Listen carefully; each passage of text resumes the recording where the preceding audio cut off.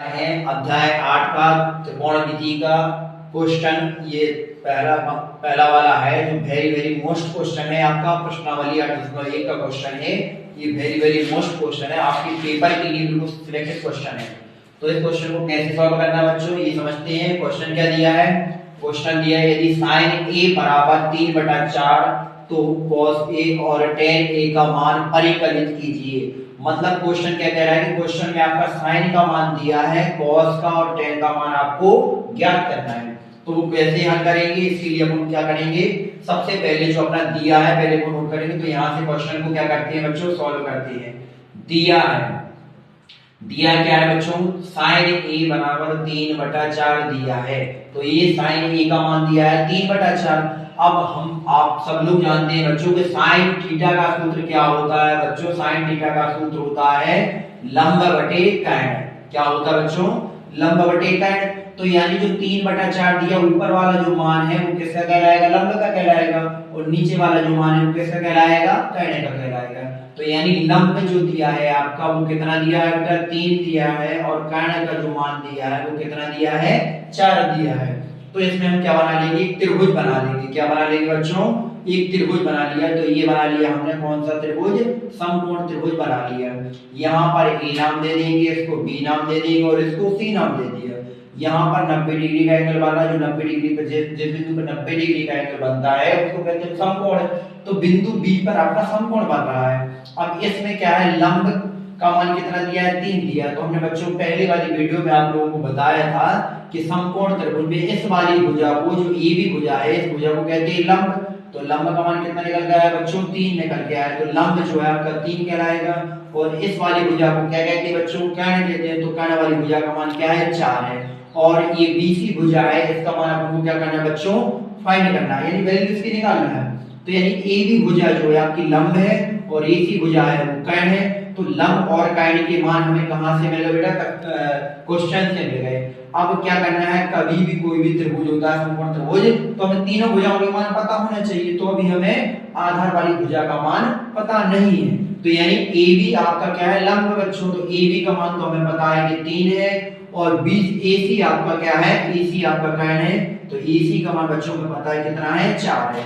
और बीसी का मान, बीसी आपका क्या है, यहाँ पर आधार है। तो इसका मान हमें पता नहीं है, इसका मान हमें अभी ज्ञात करना है।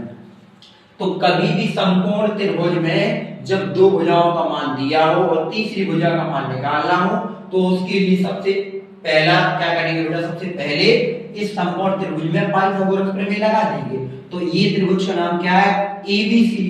तो त्रिभुज एबीसी में तो लिख देंगे कि त्रिभुज एबीसी में कौन सी प्रमेय लगा देंगे बच्चों, पाइथागोरस प्रमेय।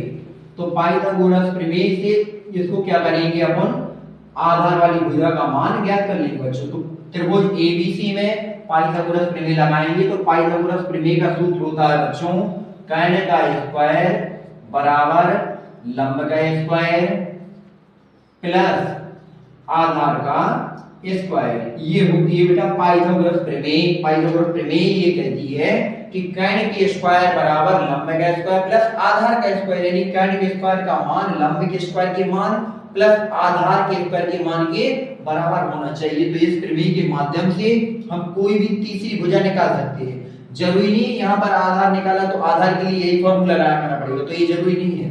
लंब वाली भुजा या कर्ण वाली भुजा भी निकालनी हो तब भी हम यही पाइथागोरस प्रमेय के सूत्र के माध्यम से निकाल सकते हैं। तो कर्ण वाली भुजा इस क्षेत्र में क्या दी है, जो कर्ण की वाली भुजा कहलाती है, तो कर्ण वाली को नाम क्या है, एसी है। तो यहाँ पर रख दिया एसी।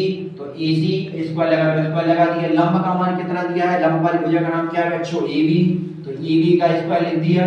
और आधार वाली भुजा का नाम क्या है बच्चों, बीसी। तो बीसी लिख दिया, इसके ऊपर स्क्वायर लगा दिया।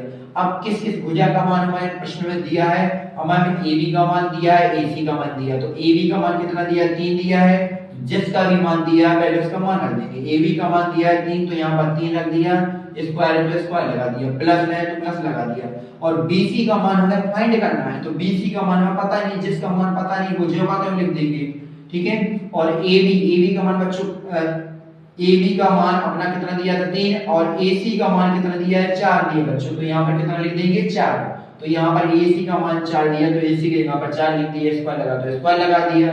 ए बी का मान 3 दिया तो 3 लिख दिया, स्क्वायर लगा तो स्क्वायर लगा दिया। बी सी का मान फाइंड करना है, बी सी का मान पता नहीं है, जिसकी वैल्यू पता ना हो सेम जो बता लिख दो, क्योंकि बी सी की वैल्यू फाइंड करनी है हमें। अब क्या करेंगे बच्चों, इसमें 4 का पावर 2 है तो 4 का पावर 2 है तो 4 का गुणा 2 बार करेंगे, 4 गुणा 4 करेंगे तो 4 गुणा 4 की जिसके ऊपर जितना पावर होता है उसका उतने टाइम क्या करते हैं, मल्टीप्लाई करते हैं। और 3 का पावर 2 है तो 3 into 3 कर देंगे, और BC का पावर 2 है तो BC का पावर 2 रहने देंगे। 4 का 4 करेंगे 16 आ जाएगा बच्चों, है ना, और 3 का 3 में 3 का 9 आ जाएगा, प्लस BC का स्क्वायर हो जाएगा। अब हमें क्या करना है, नंबर को नंबर के पास ले जाना है, तो 9 को कहां ले जाएंगे, 16 के पास ले जाएंगे। क्यों, क्योंकि हमें BC का मान निकालना है, जिसका मान निकालना पड़ता है उसके साथ कोई भी नंबर नहीं रहना चाहिए, तो हम कर देंगे पक्षांतर। पक्षांतर में क्या होता है बच्चों, चिन्ह बदल जाता है, कोई भी नंबर इधर से उधर ट्रांसफर करते हैं तो उनका साइन चेंज हो जाता है, चिन्ह बदल जाता है। तो ये 9 है, प्लस का 9 है, उस तरफ जाएगा बच्चों तो क्या करना हो जाएगा, माइनस करना हो जाएगा, और ये BC का स्क्वायर जो बचा रहेगा। 16 से 9 गया बच्चों, कितना बचेगा, 7 बचेगा, तो BC का स्क्वायर बराबर 7 हो गया। हमें केवल और केवल BC का मान चाहिए, तो BC का मान चाहिए बच्चों, तो BC लिख देंगे ज्यों का त्यों, और जो इसका स्क्वायर है स्क्वायर हटाएंगे तो सामने वाले जो नंबर है आपका 7 उस पे क्या लग जाएगा, रूट का चिन्ह लग जाएगा। तो बच्चों BC का मान निकल के कितना आ गया, रूट 7 आ गया। ये आपका BC का मान निकला है बच्चों, राइट, समझ में आ गया है। अब इसके बाद क्या करेंगे बच्चों, हमें किसका मान निकालना था, cos A और tan A का।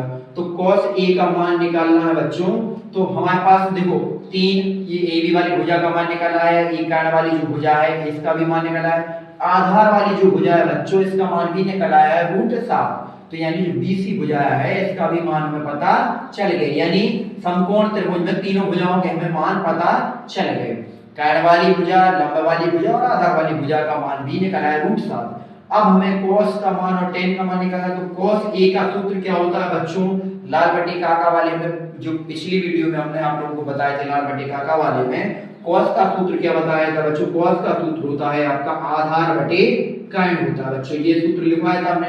तो आधार वाली भुजा क्या है, BC का मान कितना है, √7, तो √7 बटे कर्ण का मान कितना है बच्चों, 4, क्योंकि कर्ण वाली भुजा AC है आपकी, तो इसका मान आ गया 4। तो cos A का मान निकल के आ गया बच्चों √7 बटे 4, आपका ये आंसर निकल के आ गया, यानी cos A का मान निकल आया है। अब किसका मान निकालना है, tan का मान निकालना है बच्चों, तो tan A का सूत्र क्या होता है, tan A का सूत्र लाल बटे काका वाले फॉर्मूले के हिसाब से tan A का सूत्र होता है लंब बटे आधार। क्या होता है बच्चों सूत्र, लंब बटे आधार, तो लंब बटे आधार लिख दिया। तो त्रिभुज में देखा कि लंब वाली भुजा कौन है, AB है, और AB का मान कितना दिया बच्चों, 3 दिया है, तो 3 रख दिया, और आधार वाली भुजा BC है, BC का मान कितना √7 है, तो बच्चों रख दिया √7। तो ये tan A का मान निकल आया 3 बटे √7 आंसर। कैसा लगा बच्चों वीडियो, अच्छा लगा चैनल को लाइक करें, सब्सक्राइब करें एवं बेल आइकन के बटन को दबाएं। मिलते हैं बच्चों नेक्स्ट वीडियो।